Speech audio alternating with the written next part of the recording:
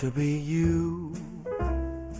Hello everybody and welcome to Parks Bros. It's Drew here, and today is the day where we're going to rank every single ride at Six Flags Magic Mountain based on your guys' vote.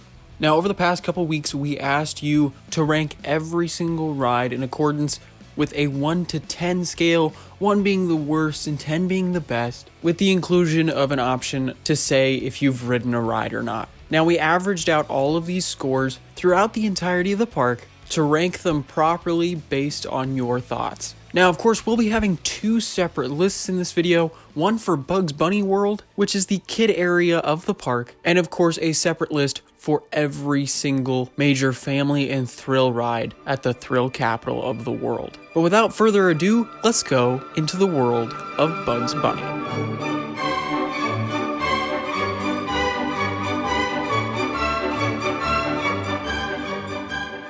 Bugs Bunny World is near the front of the park and is, I would say, one of the best themed areas of Six Flags Magic Mountain, and is host to 14 rides and attractions, including 4 roller coasters. But without stalling this any longer, let's get to number 14, which is Tweety's Escape, an awesome little flat ride where you stand in a cage, just like Tweety Bird. Number 13 is Daffy's Adventure Tours, which is an ever-popular classic bus ride. At 12, we have Merrie Melodies Carousel, which of course is just a carousel built for the kiddies. And at number 11, we have Pepe Le Pew's Tea Party, an awesome take on a classic teacup ride. At number 10, we have the first coaster in all of Bugs Bunny World, as well as Whistlestop Park, which is Magic Flyer, the oldest coaster at the park, as well as the only coaster I personally have not been able to ride. Now at number 8, we actually have the first tie in one of these videos' history, with the classic frog hopper Sylvester's Pounce and Bounce,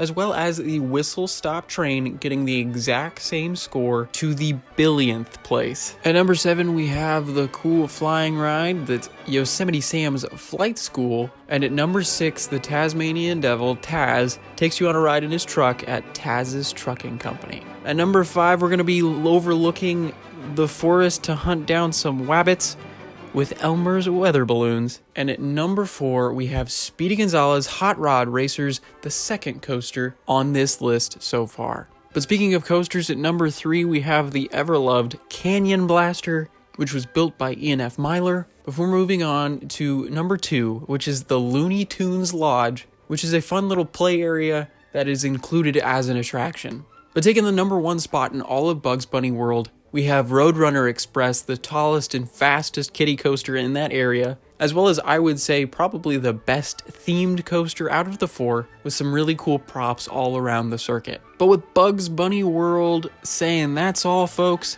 at least for now, we're going to move on to the rest of the park with all of those incredible family and thrill attractions.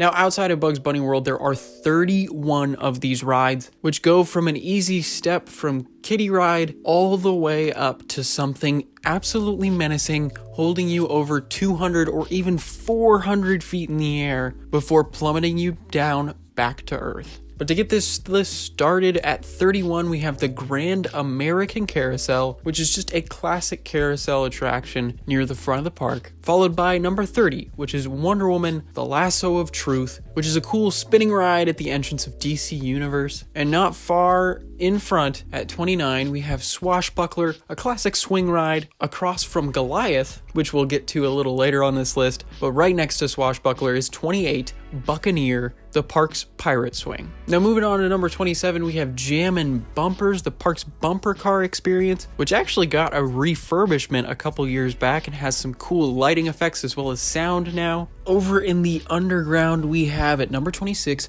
the Pacific Speedway, the go-kart attraction at the park. But jumping back to DC Universe, or should I say sprinting back, we have at 25, the Flash Speed Force, which is a classic flat ride themed to one of Earth's speediest heroes. At number 24, we have one of 3 of the water rides in the park, and this is Tidal Wave, which gives you a thrilling drop as well as a ridiculously wet experience on those hot summer days. But fairly close to tidal wave is our number 23, and this is the classic flat ride Scrambler, which I gotta say is one of Hunter and I's favorites. But next up is another water ride at the park, and this is number 22, Jetstream, the classic aero flume ride, which offers 2 major drops, as well as a scenic ride through one of the more forested areas of the park. Speaking of forested, next up is number 21, which is Gold Rusher, the Aero Mine Train coaster at the park. And while it's not the oldest coaster at the park, it was the first major coaster at the park. But moving on to number 20, one that I'm actually a little surprised by and a little saddened by that it's this low. This is Justice League Battle for Metropolis, the shooting dark ride at the park, which puts you through physical sets, immersive 3D screens, as well as a fantastic dark ride experience. And on top of that, you can use blasters to gain points in this really exciting ride. At number 19 is the park's Sky Coaster, which I have yet to experience myself. This is Dive Devil, and it's not for the faint of heart. At number 18, we find the final of the 3 water rides at the park, and this is Roaring Rapids over next to Tatsu, which we'll see a little later. But this ride is by far the wettest water attraction I have ever been on, and oh my goodness, if it is hot at Magic Mountain, this is your one stop to not feel hot for the rest of the day. And quick tip before we move on, definitely buy a locker before going on this ride. It is necessary. But moving on to number 17 is another upcharge attraction, just like Dive Devil a couple numbers ago. This is Slingshot, also something I've not been able to experience, but this is in the underground section of the park, and it flings you to ridiculous heights insanely quick. Next up at number 16, we have another classic aero roller coaster, and this is Ninja, the aero suspended coaster, as well as the only aero suspended coaster on the West Coast, which takes you up to speeds of 55 miles an hour, as well as swinging you side to side across the famous Magic Mountain itself. At number 15, we have another very important and classic roller coaster. This one you could definitely say is more important, but this is the New Revolution, or of course Revolution, or heck, the New Revolution Classic. This Schwarzkopf vertical looping coaster was the first coaster with a modern vertical loop, and is definitely a first step into the many inversions that you can experience at Magic Mountain. And before we move on to number 14, I do want to mention that Six Flags Magic Mountain is home to the most inversions at any park by far. And with the next couple coasters alone, you'll see why. But at number 14, we have the B&M floorless coaster Scream, which is in the Scream Punk district of the park, and it features 7 inversions. Now at number 13, another aero roller coaster on this list. This is Viper, the Aero Mega Looper, which also features 7 harrowing inversions and is nearly 200 feet tall. Now moving all the way to the opposite side of the park in DC Universe now, we go over to Batman The Ride, which is a B&M invert coaster. And while this coaster only offers 5 inversions, they are some of the most intense in the park. Now, something that does not have inversions at the park is number 11, Superman Escape from Krypton. Now, while it doesn't offer inversions, it does offer a 100 mile per hour launch, as well as going straight up a 415-foot tower before plummeting back down to Earth. Now at number 10, which at the time it was built in 2000 was the tallest full circuit roller coaster in the world, only for a couple of weeks, but this is Goliath, the Giovanola Hyper Coaster, which goes 85 miles an hour and features an insane Helix finale. Cracking in past our number 10 spot, we have number 9, the Riddler's Revenge, the B&M stand-up coaster, which of course has many inversions, and if you were guessing the count, you'd be correct in saying it has 7. But moving up to number 8, which is very close to Riddler's Revenge, and is the newest flat ride at the park, this is Crazanity, a Zamperla giant discovery, which at the time of it being built was the tallest one of these rides in the world at 175 feet tall, and it spins you and puts you upside down at that height and gives you amazing views of the park. At number 7, we have the park's only wooden coaster now, and that is Apocalypse the Ride in the Underground, which features some really nice theming elements, as well as a really intense wooden coaster ride. At number 6, we're heading back to that 415-foot tall tower I talked about earlier with Superman Escape from Krypton, and that's because on the side there is another ride called Lex Luthor's Drop of Doom, and this for a time was the tallest drop tower in all of the world and still currently sits at the second tallest and brings you hurtling down to earth at 80 miles an hour. Now we're getting into the big players of the park, our top 5, which I will spoil it for you now. They are all roller coasters, but that's what Magic Mountain does best, because at the point of recording, they have 19 roller coasters, which is more than any park on Earth. But at number 5, we have the premier launch coaster and something that held the record for a very long time of the tallest vertical loop in the world at 160 feet.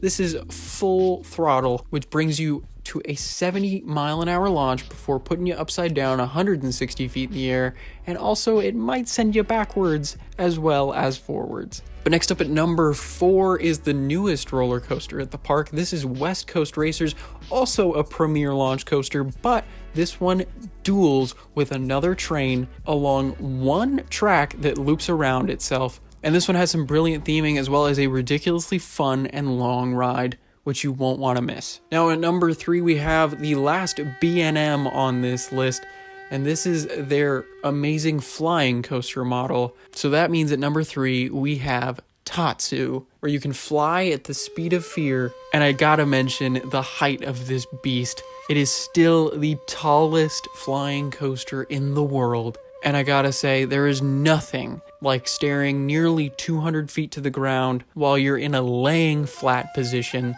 And of course, did I forget to mention the pretzel loop where it puts you on your back after diving down straight towards the ground? Yeah, it is insane and ridiculously fun. Now at number 2, I think this is the most fitting ride at number 2 just because of its name, and that's because X2, the Aero 4th dimensional coaster, takes up that spot. And while a lot of people do think it is the best ride in the park, if not all of California or even the US, it does scare some people off with its extreme intensity, with this ride being nearly 200 feet tall and dropping you straight towards the ground face first as it flips you on rotating seats off the side of the track. This ride is by far the most intense thing I've ever been on, and it is something that you have to ride to even believe, because whether you like it or not, the ceremony is about to begin. But going to number 1, this shouldn't be too much of a surprise because it is almost universally loved by everyone that rides it.